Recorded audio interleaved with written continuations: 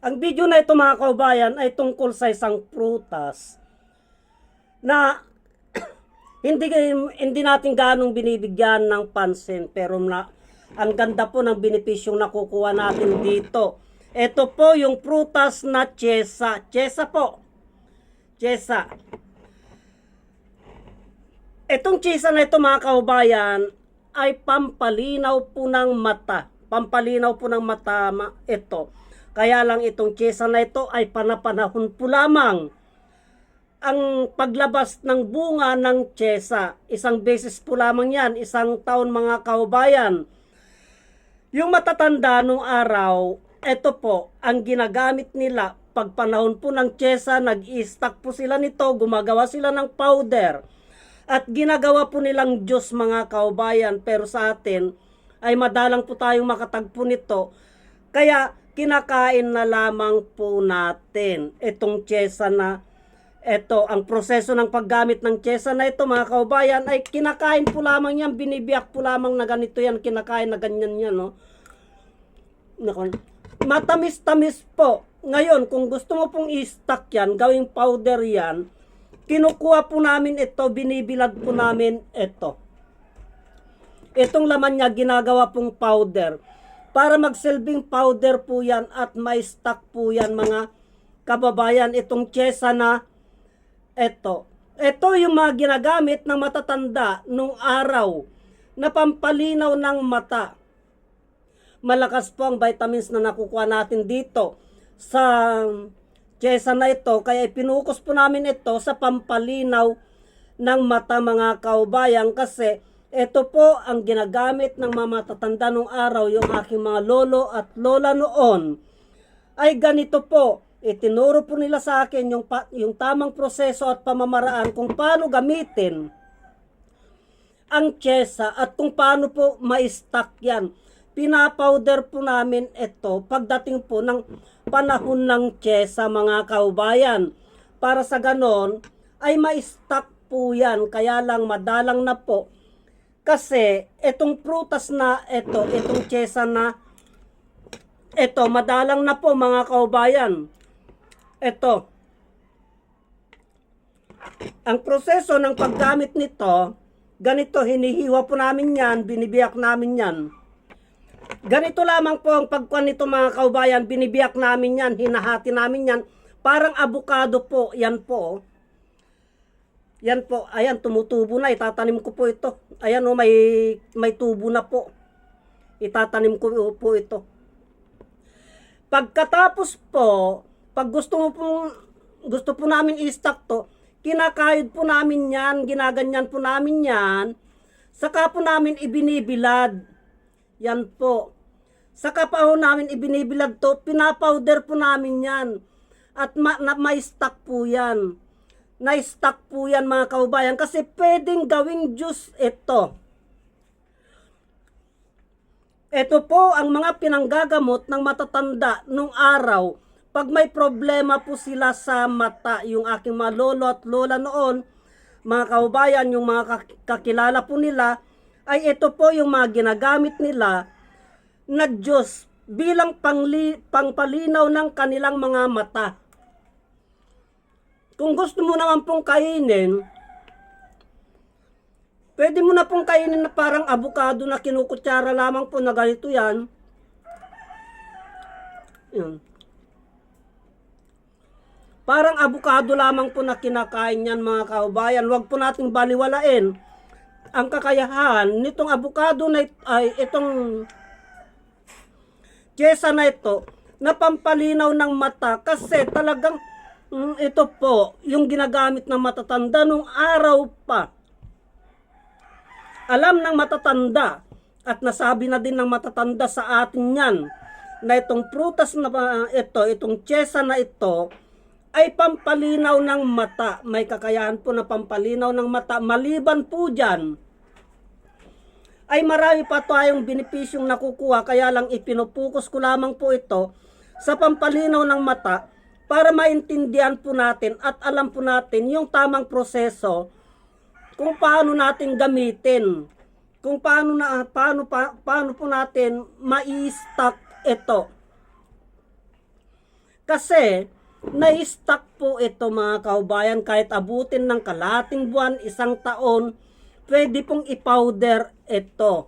Pinapowder po namin yan. Ang ginagawa namin yan, ginaganyan po namin yan, oh. Kinakayod namin na ganyan yan. Pag nakayod po yan, binibilad po namin yan. Binibilad po namin. Saka po namin ito, dinudurog, pinapowder. Wala pong halong chemicals ito. Hindi nasisira. Kasi natutuyo na po yan mga kaubayan. Yan po ang kahibaan ng tiyesa sa ibang prutas kasi ito po napapowder po ito. Ginagawang juice yan. Kahit ito po mga kaubayan, pag in-experiment mo po ito at kinayod mo na ganyan yan, parang avocado, kinayod mo na ganyan yan, parang avocado, pag in-experiment mo po ito, ikinanaw mo sa tubig, linagyan mo ng honeybee, linagyan mo ng itlog, ng pakalakas na ang lakas na pampalakas ng katawan, pampalinaw ng mata, sa mga batang mahinang kumain, mga kaubayan. Yung mahinang potassium nito, yung makulang sa buto, marami pa po mga kaubayan. Kaya lang itinututok po namin ito sa pampalinaw ng mata kasi sa panahon ngayon ay marami sa ating mga kaubayan ang malabo ang paningin. At sa panahon na ito, ay panahon po ng tiyesa, kaya yung ating mga kaubayan na makapanood ng videos na ito, samantalain po ninyo hanggat panahon ng tiyesa, panahon po ng tiyesa ngayon, yung mga malalabong paningin, at walang kakayahan bumili ng mga gamot, ang mura-mura po ng tiyesa. Ngayon, kung may kaibigan kayo, kung may kaibigan kayo na may puno ng tiyesa, pwede po kayong manghingi ng tiyesa. Makahingi lamang po kayo ng mga 2 ganito, 3 ganito. Matagal na po yan na pang maintenance bilang panggamot sa karamdaman na pampalinaw ng mata. Basta't, gawin nyo lamang po na i-powder yan. Pag na-powder nyo po yan mga kaubayan, nailagay sa bote yan, at pag yung gagamitin mo na, kukuha ka lamang po ng isang kutsara, ganito na karami yun mga kaubayan, no? O, isang kutsara, isang inuman na. Kung ikukumpara natin, kung ihambing natin sa ininom natin na gamot mga kaubayan, isang tabletas na po ang katumbas nito. Ngayon, yung mga may problema po sa paningin, uminom po kayo ng 3 beses, 3 beses, isang araw, umaga, tanghali, gabi. Yung mga may problema po sa paningin, yung na-powder na po, eto. Pero kung hindi nyo po maharap na i-powder ito, pwede nyo naman pong kainin, kumain lamang po kayo.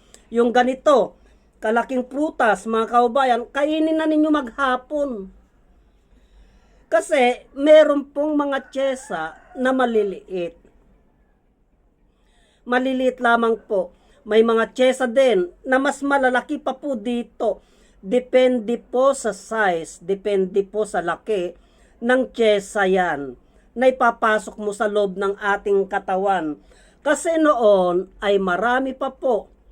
Itong tiyesa na ito, marami pa po akong nakikita. Pero sa panahon ngayon, obserbahan po natin mga kaubayan ha, sa panahon ngayon, lahat ng mga halamang gamot na iniwan sa atin ng matatanda nung araw na itinuro nila sa atin, lahat ng mga halamang gamot na nandyan sa tabi-tabi, nandyan sa ating bakuran, obserbahan po natin. Nawawala na po, nauubos na. At ang mga ipinapalit natin, ang mga lumalabas na mga halamang gamot, yung mga hindi pwedeng panggamot. Obserbahan po natin mga kaubayan.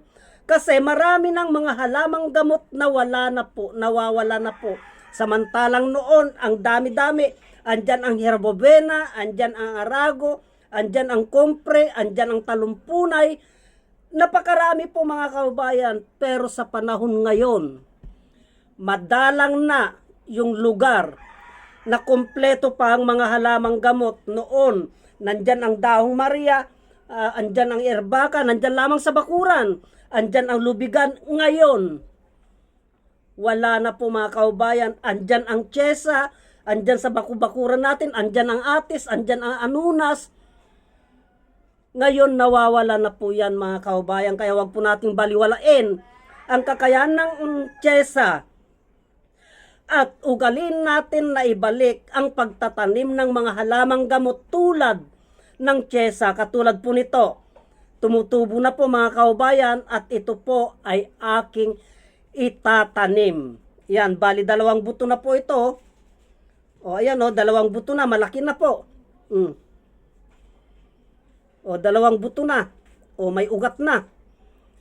O, kaya swerte ko mga kaubayan, dahil sulit na sulit yung pinambili ko. May pagkain na ako, may gamot na ako, may pananim pa ako. Yan po ang kakayahan ng tiyesa mga kaubayan na panggamot sa karamdaman na sakit sa mata. Marami pong salamat.